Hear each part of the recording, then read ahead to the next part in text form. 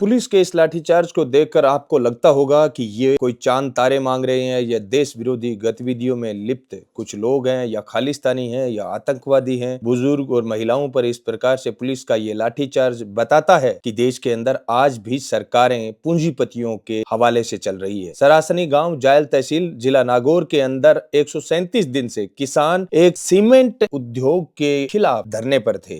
किसानों ने शांतिपूर्ण तरीके से 137 दिन तक इस धरने को चलाया और मांग कोई ज्यादा बड़ी नहीं थी। किसानों की मांग थी कि जिस प्रकार से जमीनों का अधिग्रहण हो रहा है और जिस प्रकार से कंपनी दादागिरी पर उतर आई है, ये किसानों की जमीनों का उचित मुआवजा भी नहीं दे रही है। और दूसरी बात ये, बीच के अंदर कोई जनप्रतिनिधि अगर वार्ता में जा रहे हैं तो उनकी बातों पर सहमति बनने के बावजूद सरकार मुकर रही है। तो हमें भरोसा नहीं है कि ये JSW सीमेंट कंपनी जो है वो भविष्य में जाकर हमारी बात मानेगी या नहीं मानेगी। इस बात को लेकर किसान धरने पर थे। आप देखिए किसानों के खेत और किसानों के ही खेत में पड़ी लकड़ियों को उठा उठाकर महिला पुलिसकर्मी है वो एक बुजुर्ग महिला पर लाठीचार्ज कर रही है। बहुत बार मैंने देखा है कि धरना हड़ताल प्रदर्शन में प्रदर्शनकारी आतंक मचाते हैं, प्रदर्शनकारी जो है वो उग्र हो जाते हैं, तब आपको लाठीचार्ज करना पड़ता है। समरावता के अंदर आपने देखा, यहां पर आपने देखा अंधेरे की आड़ में समरावता में लाठीचार्ज होता है और यहां पर दिन दहाड़े लाठीचार्ज होता है। यह बताता है कि सरकारों की मंशा क्या है। पूंजीवादी उद्योग धंधों के लिए एक प्रकार से ठेके पर पुलिस यहां पर काम कर रही है। जो पब्लिक सर्विस है, पब्लिक की सेवा के लिए बनी हुई है पुलिस, प्राइवेट कंपनियों की एक प्रकार से दलाली कर रही है। प्राइवेट कंपनियों के लिए आम किसानों को पीटने का काम कर रही है। संवेदनहीन भाजपा सरकार के अंदर जरा सी भी संवेदनशीलता है, शर्म है, तो इस लाठीचार्ज का आदेश देने वाले अधिकारियों को तुरंत निलंबित करना चाहिए, उनको बर्खास्त करना चाहिए। नागौर सांसद हनुमान जी बेनीवाल के अलावा कांग्रेस पार्टी के लीडर्स भी